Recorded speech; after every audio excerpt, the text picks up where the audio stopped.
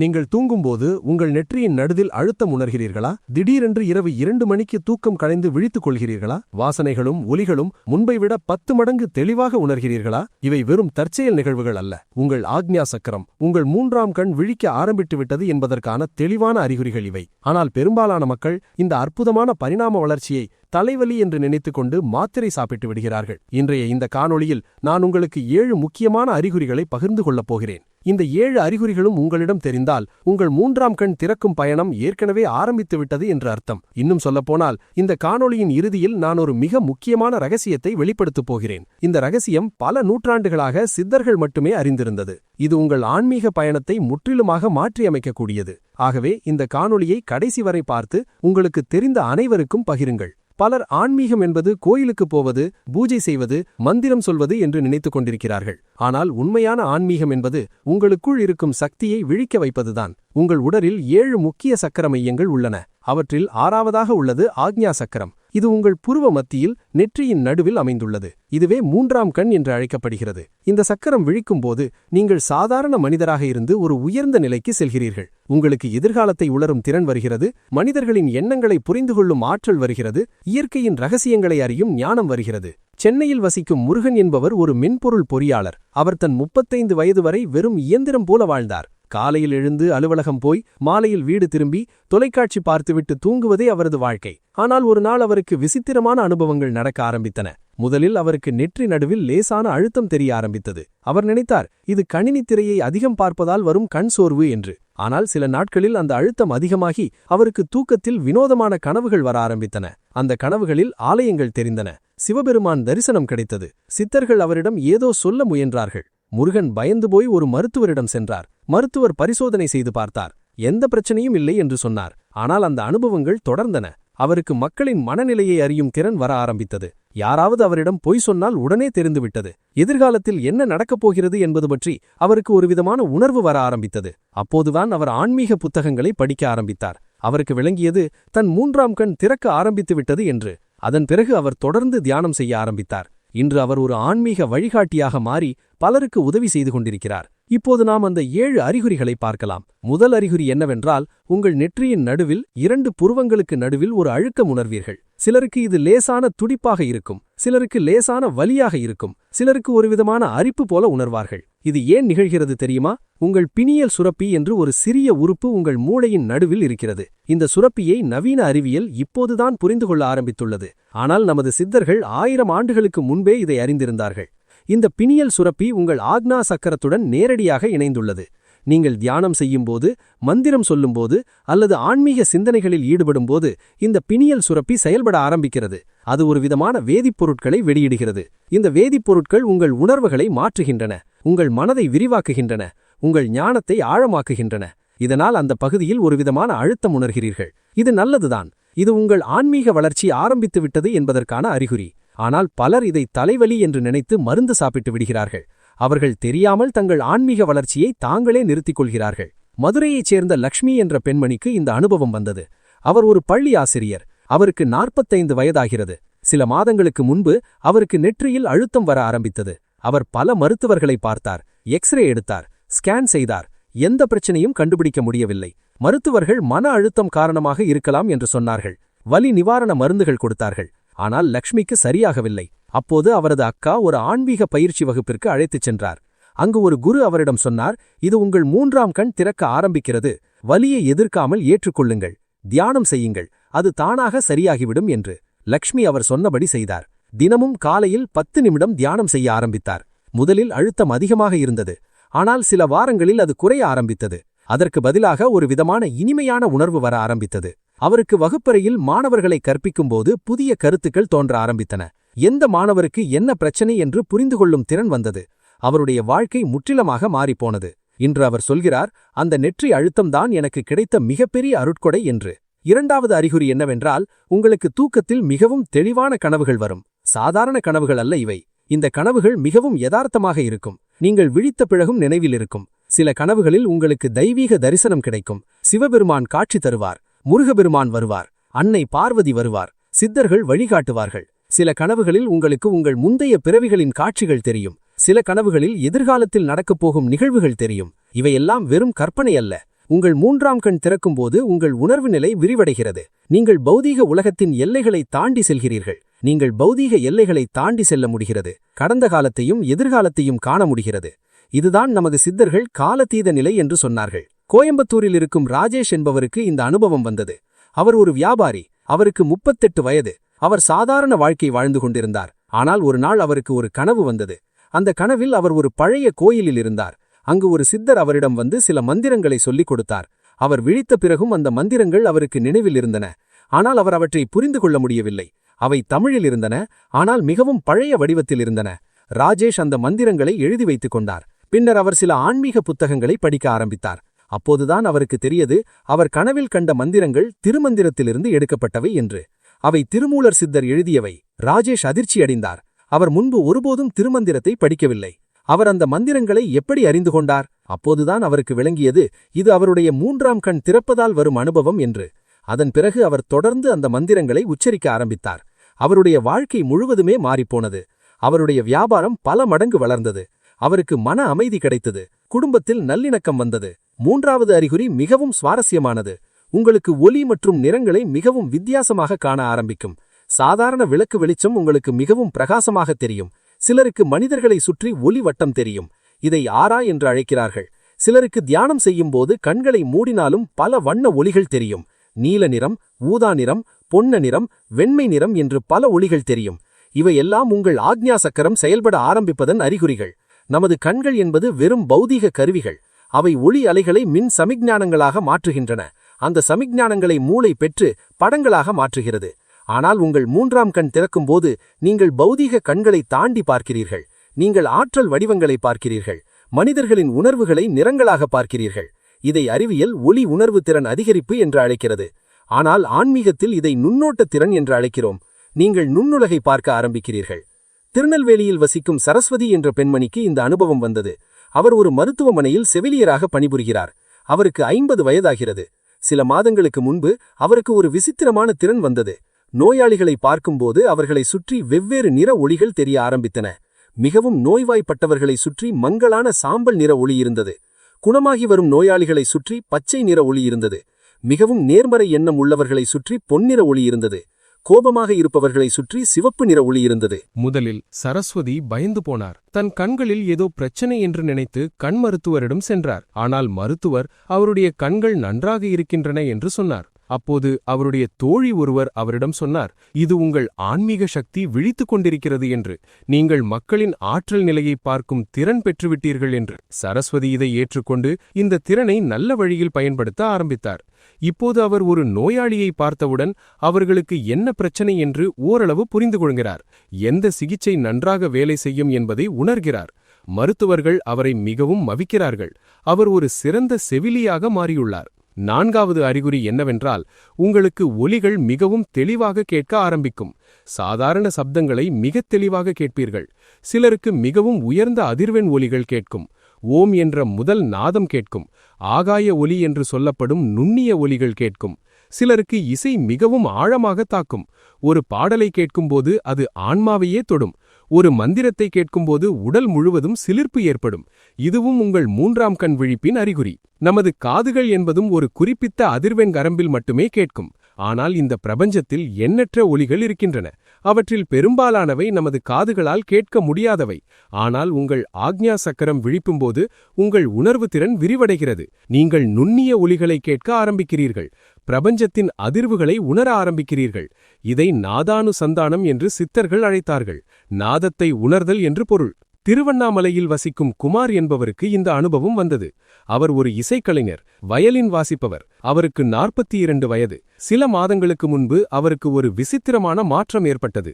அவர் violin வாசிக்கும்போது சாதாரண இசை வெறும் ஒலிகளாக இல்லாமல் ஆற்றல் அலைகளாக உணர ஆரம்பித்தார். ஒவ்வொரு சுரத்தின் அதிர்வும் அவருடைய உடலில் வெவ்வேறு பகுதிகளை தாக்கியது.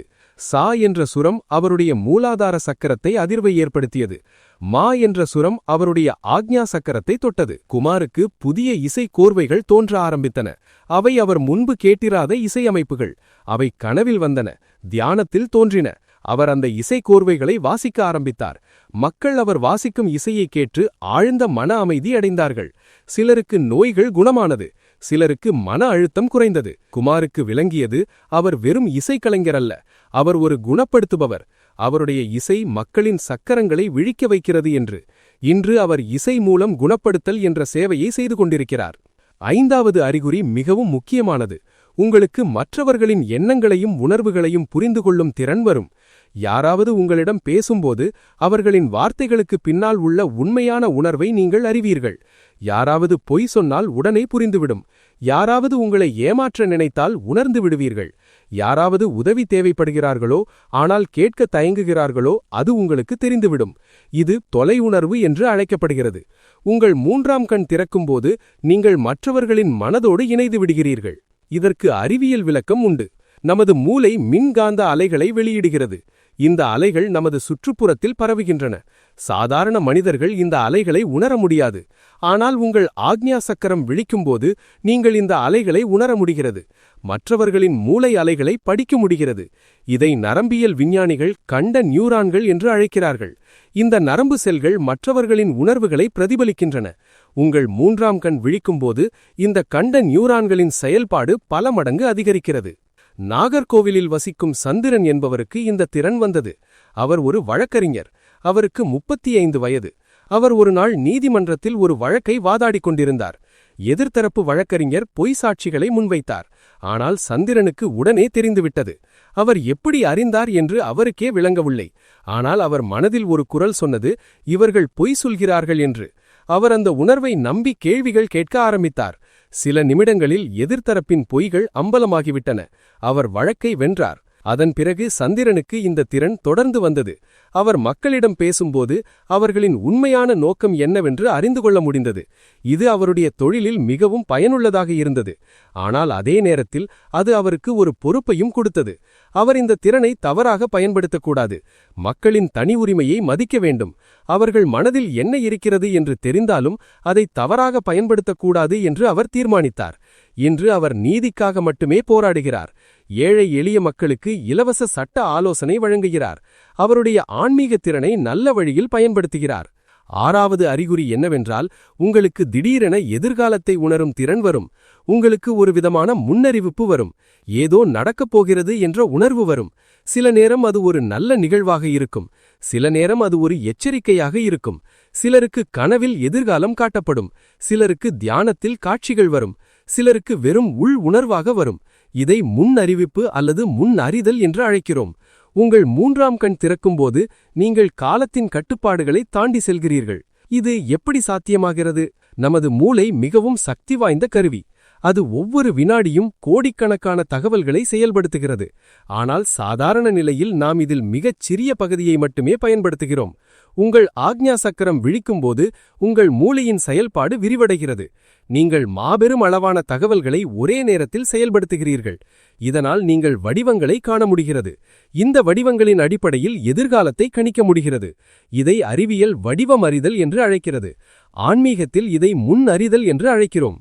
இப்போது நாம் இந்த காணொளியின் பாதியை தாண்டி வந்துவிட்டோம். இங்கே ஒரு முக்கியமான கேள்வி கேட்க விரும்புகிறேன். இந்த அறிகுறிகளில் ஏதாவது உங்களுக்கு நிகழ்ந்திருக்கிறதா? நெற்றியில் அழுத்தம் உணர்ந்திருக்கிறீர்களா?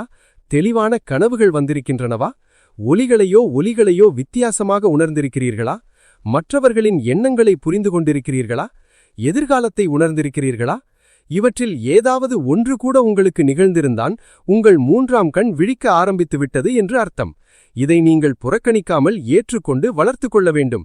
இதுதான் உங்கள் ஆன்மீக பயணத்தின் ஆரம்பம். இப்போது நீங்கள் என்ன செய்ய வேண்டும்? இந்த அறிகுறிகளை வளர்த்துக் கொள்ள நீங்கள் சில எளிய பயிற்சிகளை செய்யலாம். முதலாவது, தினமும் தியானம் செய்யுங்கள். காலையில் எழுந்தவுடன் 10 நிமிடம் உட்காருங்கள். கண்களை மூடுங்கள். உங்கள் மூச்சை கவனியுங்கள். உங்கள் நெற்றியின் நடுவில் கவனத்தை செலுத்துங்கள். 2வது, ஓம் என்ற மந்திரத்தை உச்சரியுங்கள். இது உங்கள் ஆக்ஞா சக்கரத்தை நேரடியாக செயல்படுத்தும். 3வது, இயற்கையில் நேரம் செலவிடுங்கள். மரங்களின் அடியில் உட்காருங்கள். அவற்றின் ஆற்றலை உணருங்கள்.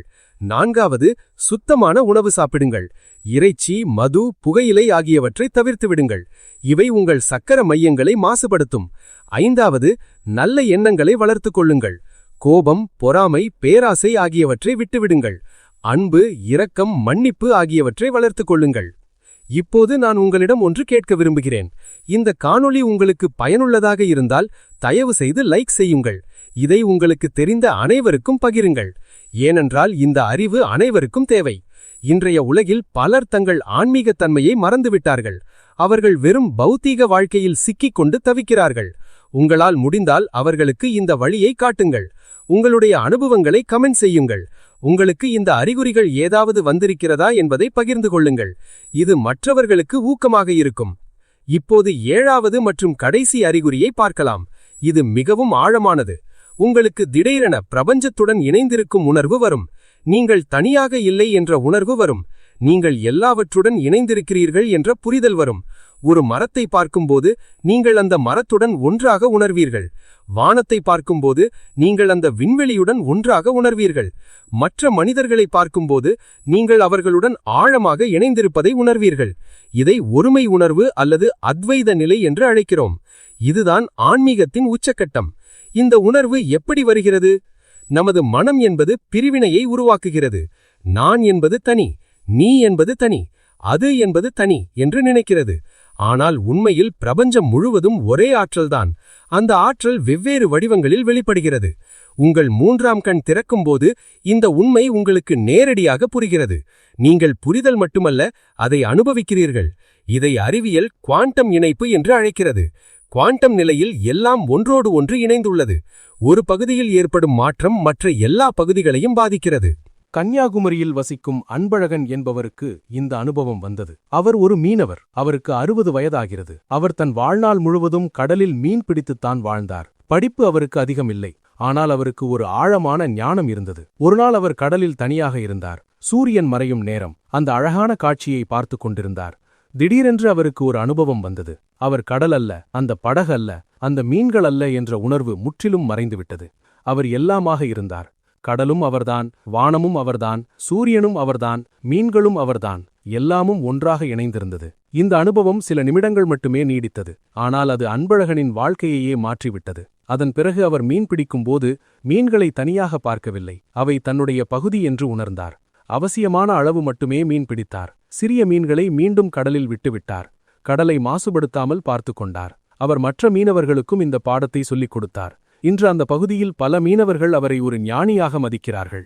படிக்காத ஒரு எளிய மீனவர். ஆனால் அவருக்கு பிரபஞ்ச உண்மையை புரிந்து கொள்ளும் ஞானம் இருக்கிறது. இந்த 7 அறிகுறிகளும் உங்களுக்கு வந்தால் அதை சாதாரணமாக எடுத்துக்கொள்ளாதீர்கள். இது ஒரு அருட்கொடை. பல பிறவிகள் எடுத்து, பல தவங்கள் செய்து, பல புண்ணியங்கள் சேர்த்த பிறகுதான் இந்த ஆன்மீக விழிப்பு வருகிறது. இதை வீணடிக்காதீர்கள். இதை வளர்த்துக் கொள்ளுங்கள். இதற்காக நீங்கள் சாமியாராக வேண்டாம், காவி உடை அணிய வேண்டாம், குகைக்கு போக வேண்டாம். உங்கள் சாதாரண வாழ்க்கையில் இருந்தபடியே உங்கள் ஆன்மீக வளர்ச்சியை தொடரலாம். உங்கள் குடும்பத்துடன் இருங்கள், உங்கள் வேலையை செய்யுங்கள். ஆனால் உள்ளுக்குள் ஒரு ஆன்மீக ஒளியை வளர்த்துக் கொள்ளுங்கள். இப்போது நான் உங்களுக்கு ஒரு முக்கியமான ரகசியத்தை சொல்லப் போகிறேன். இந்த ரகசியம் திருமந்திரத்தில் திருமூலர் சித்தர் கூறியது. அவர் சொன்னார், உடம்பு அழியும் என்று எண்ணாதே, உடம்பை வளர்க்கும் உபாயம் தேடு. உடம்பு வளர்த்தால் ஆன்மா வளரும், ஆன்மா வளர்த்தால் சிவபெருமானை காணலாம் என்று. இந்த வரிகளின் ஆழமான அர்த்தம் என்னவென்றால், உங்கள் உடல் என்பது வெறும் மாமிசப் பொருள் அல்ல. இது ஒரு ஆன்மீக கருவி. இந்த உடல் மூலமாகத்தான் நீங்கள் உயர்ந்த உணர்வு நிலைகளை அடைய முடியும். ஆகவே உங்கள் உடலை நன்றாக பராமரியுங்கள். ஆரோக்கியமான உணவு சாப்பிடுங்கள், தியானம் செய்யுங்கள், யோகா பயிலுங்கள், உங்கள் சக்கர மையங்களை விழிக்க வையுங்கள். உங்கள் 3ஆம் கண் திறப்பது என்பது ஒரு படிப்படியான செயல். இது ஒரே நாளில் நடந்துவிடாது. சிலருக்கு சில மாதங்களாகும், சிலருக்கு சில ஆண்டுகளாகும், சிலருக்கு பல பிறவிகளாகும். ஆனால் நீங்கள் தொடர்ந்து முயற்சி செய்தால் நிச்சயமாக அது திறக்கும். ஒவ்வொரு நாளும் ஒரு சிறிய முன்னேற்றம், ஒவ்வொரு தியானமும் ஒரு சிறிய விழிப்பு, ஒவ்வொரு நல்ல செயலும் ஒரு சிறிய வளர்ச்சி. இவையெல்லாம் சேர்ந்து ஒரு நாள் உங்களை முழு விழிப்பு நிலைக்கு கொண்டு செல்லும். பாளையங்கோட்டையில் வசிக்கும் வேலு என்பவர் இதற்கு ஒரு சிறந்த உதாரணம். அவர் ஒரு விவசாயி. அவருக்கு 55 வயது. அவர் இளமையில் மிகவும் கோபக்காரராக இருந்தார். சண்டை சச்சரவுகளில் ஈடுபட்டார். மதுவும் அருந்தினார். ஆனால் ஒரு நாள் அவருக்கு ஒரு கடுமையான விபத்து ஏற்பட்டது. அவர் இறக்கும் தருவாயில் இருந்தார். அந்த நேரத்தில் அவருக்கு ஒரு அனுபவம் வந்தது. அவர் தன் உடலை விட்டு வெளியே வந்து மேலே இருந்து தன் உடலை பார்த்தார். மருத்துவர்கள் அவரை காப்பாற்ற முயன்று கொண்டிருந்தார்கள். அவருடைய குடும்பம் அழுது கொண்டிருந்தது. அப்போது ஒரு ஒளிமிகுந்த உருவம் அவரிடம் வந்து சொன்னது, இன்னும் உன் காலம் வரவில்லை, நீ இன்னும் வாழ வேண்டும். ஆனால் உன் வாழ்க்கையை மாற்றிக்கொள், நல்லவனாக வாழ் என்று. வேலு உயிர் பிழைத்தார். அதன் பிறகு அவருடைய வாழ்க்கை முற்றிலும் மாறிப்போனது. அவர் மதுவை நிறுத்தினார், கோபத்தை கைவிட்டார், தியானம் செய்ய ஆரம்பித்தார். தினமும் காலையில் சூரிய உதயத்தை பார்த்து ஓம் நமசிவாய என்று சொல்லலானார். தன் விவசாய நிலத்தில் இயற்கை முறையில் பயிர் செய்ய ஆரம்பித்தார். விஷ ரசாயனங்களை பயன்படுத்துவதை நிறுத்தினார். ஆரம்பத்தில் அவருடைய விளைச்சல் குறைந்தது. ஆனால் சில ஆண்டுகளில் அவருடைய நிலம் மிகவும் வளமாக மாறியது. அவருடைய விளைபொருட்கள் மிகவும் ஆரோக்கியமாக இருந்தன. மக்கள் அதை விரும்பி வாங்கினார்கள். அவருடைய வருமானம் பல மடங்கு அதிகரித்தது. ஆனால் அதைவிட முக்கியமானது வேலுவின் உள்ளத்தில் ஏற்பட்ட மாற்றம். அவருக்கு மன அமைதி வந்தது, சந்தோஷம் வந்தது. அவர் விவசாயம் செய்யும்போது ஒவ்வொரு செடியும் தனக்கு ஒரு குழந்தை போல உணர்ந்தார். அவை வளர்வதை பார்க்கும்போது மகிழ்ச்சி அடைந்தார். அவை விளைச்சல் தரும்போது நன்றி உணர்ந்தார். அவருக்கு இயற்கையுடன் ஆழமான இணைப்பு ஏற்பட்டது.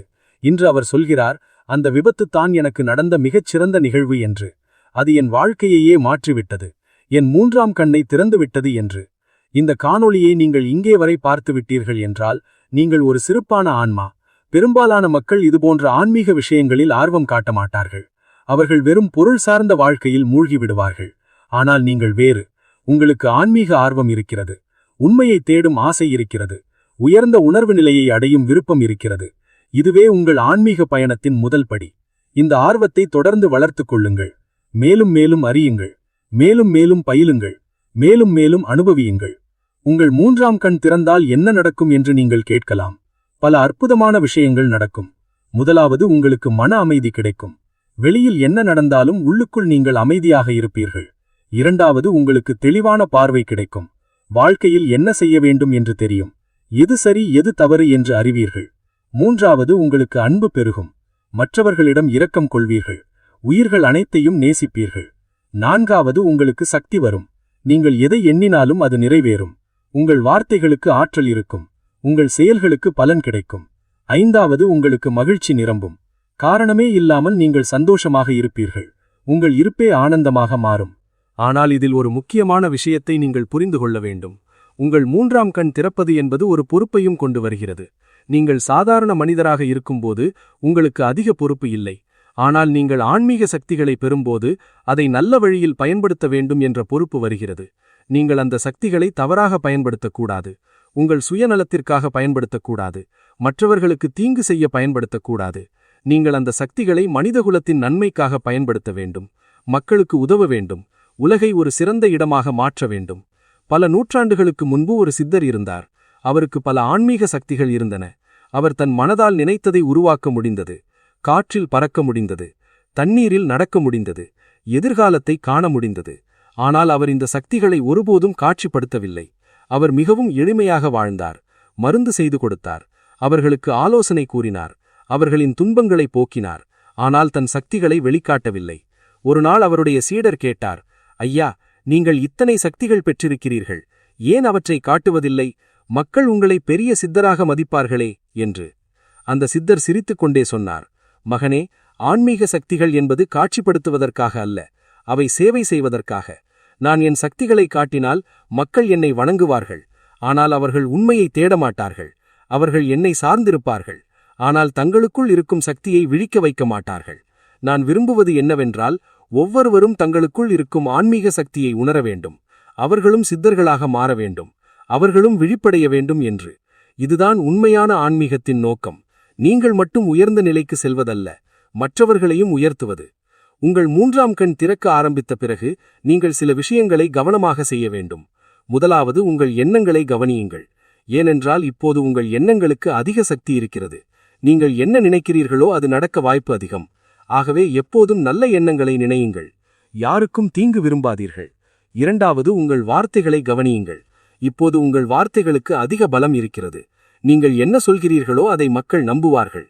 ஆகவே உண்மையை மட்டுமே பேசுங்கள். நல்லதை மட்டுமே சொல்லுங்கள். மூன்றாவது, உங்கள் செயல்களை கவனியுங்கள். இப்போது உங்கள் ஒவ்வொரு செயலும் மற்றவர்களை பாதிக்கும். ஆகவே எப்போதும் நல்ல செயல்களை செய்யுங்கள். மற்றவர்களுக்கு உதவுங்கள். சேவை செய்யுங்கள். இப்போது நான் உங்களுக்கு ஒரு சக்தி வாய்ந்த தியான முறையை சொல்லிக் கொடுக்கிறேன். இது உங்கள் மூன்றாம் கண்ணை திறக்க மிகவும் உதவும். தினமும் காலையில் சூரிய உதயத்திற்கு முன்பு எழுந்திருங்கள். குளித்துவிட்டு சுத்தமான உடையில் உட்காருங்கள். முதுகை நேராக வைத்துக் கொள்ளுங்கள். கண்களை மூடுங்கள். முதலில் உங்கள் மூச்சை கவனியுங்கள். ஆழமாக மூச்சை உள்ளே இழுக்கவும், மெதுவாக வெளியே விடவும். இப்படி 10 முறை செய்யுங்கள். பிறகு உங்கள் கவனத்தை உங்கள் நெற்றியின் நடுவில் கொண்டு செல்லுங்கள். 2 புருவங்களுக்கு நடுவில் அங்கே ஒரு சிறிய ஒளிப்புள்ளி இருப்பதாக கற்பனை செய்யுங்கள். அந்த ஒளிப்புள்ளியை கவனியுங்கள். அது மெதுவாக பெரிதாகிக் கொண்டே வரும். அது பிரகாசமாகும். அது உங்கள் முழு உடலையும் நிரப்பும். இந்த தியானத்தை செய்யும்போது உங்களுக்கு சில அனுபவங்கள் வரலாம். உங்கள் நெற்றியில் அழுத்தம் உணரலாம். லேசான துடிப்பு இருக்கலாம். வெவ்வேறு நிற ஒளிகள் தெரியலாம். சில நேரம் உங்களுக்கு காட்சிகள் தெரியலாம். இவையெல்லாம் இயல்பானவை. பயப்பட வேண்டாம். இவற்றை வெறும் கவனிப்பாளராக பாருங்கள். அவற்றில் சிக்கிக் கொள்ளாதீர்கள். வெறும் கவனிப்பு மட்டுமே போதும். தொடர்ந்து இந்த தியானத்தை செய்யுங்கள். ஆரம்பத்தில் 10 நிமிடம் செய்யுங்கள். பிறகு மெதுவாக நேரத்தை அதிகரியுங்கள். சில மாதங்களில் உங்களுக்கு தெளிவான மாற்றங்கள் தெரியும். உங்கள் 3ஆம் கண் விழிக்க ஆரம்பிக்கும். இந்த காணொளியை உருவாக்க நிறைய நேரமும் முயற்சியும் எடுத்துக்கொண்டது. தமிழ் மொழியில் இந்த ஆன்மீக அறிவை பகிர்வது என் பணி. இதன் மூலம் நான் சிவபெருமானின் அருளை அனைவருக்கும் கொண்டு செல்ல விரும்புகிறேன். ஆகவே இந்த காணொளியை லைக் செய்யுங்கள், பகிருங்கள், உங்கள் கருத்துக்களை தெரிவியுங்கள். உங்களுக்கு இதுபோன்ற மேலும் காணொளிகள் வேண்டுமா? அப்படியென்றால் இந்த சேனலை சந்தா செய்யுங்கள். மணியையும் அழுத்துங்கள். அப்போதுதான் நான் புதிய காணொளி போடும்போது உங்களுக்கு தெரிவிப்பு வரும். இப்போது நாம் இந்த 7 அறிகுறிகளையும் சுருக்கமாக பார்க்கலாம். முதலாவது, நெற்றியில் அழுத்தம் அல்லது துடிப்பு உணர்வு. 2வது, மிகவும் தெளிவான கனவுகள் மற்றும் தெய்வீக தரிசனங்கள். 3வது, ஒளிகளையும் நிறங்களையும் வித்தியாசமாக காணும் திறன். 4வது, நுண்ணிய ஒளிகளையும் அதிர்வுகளையும் கேட்கும் திறன். 5வது, மற்றவர்களின் எண்ணங்களையும் உணர்வுகளையும் புரிந்து கொள்ளும் திறன். 6வது, எதிர்காலத்தை உணரும் முன்னறிவிப்பு திறன். 7வது, பிரபஞ்சத்துடன் ஒன்றாக இணைந்திருக்கும் உணர்வு. இந்த 7 அறிகுறிகளில் ஏதாவது ஒன்று உங்களுக்கு இருந்தால் உங்கள் 3ஆம் கண் விழிக்க ஆரம்பித்துவிட்டது என்று பொருள். இதை புறக்கணிக்காதீர்கள். இதை பயன்படுத்திக் கொள்ளுங்கள். இது உங்களுக்கு கிடைத்த மிகப்பெரிய வாய்ப்பு. இந்த வாழ்க்கையில் நீங்கள் பல வேலைகளை செய்யலாம், பல பொருட்களை சேகரிக்கலாம், பல இடங்களுக்குச் செல்லலாம். ஆனால் இவையெல்லாம் உங்கள் இறப்புக்குப் பிறகு உங்களுடன் வராது. ஒரே ஒரு விஷயம் மட்டுமே உங்களுடன் வரும். அதுதான் உங்கள் ஆன்மீக வளர்ச்சி, உங்கள் உணர்வு நிலை, உங்கள் ஞானம். இவைதான் உங்கள் உண்மையான சொத்து. இவைதான் உங்களை பிறவி சுழற்சியிலிருந்து விடுவிக்கும். இவைதான் உங்களை சிவபெருமானுடன் இணைக்கும். நமது சித்தர்கள் சொன்னார்கள், பிறவி என்னும் பெருங்கடலை தாண்டுவதற்கு ஞான படகு தேவை என்று. அந்த ஞான படகை உருவாக்குவது எப்படி? உங்கள் 3ஆம் கண்ணை திறப்பதன் மூலம், உங்கள் உள் சக்தியை விழிக்க வைப்பதன் மூலம், உங்கள் ஆன்மீக திறன்களை வளர்ப்பதன் மூலம். இது எளிதான வழி அல்ல. இதில் முயற்சி தேவை, பொறுமை தேவை, அர்ப்பணிப்பு தேவை. ஆனால் இது சாத்தியம். ஒவ்வொருவரும் இதை செய்ய முடியும்.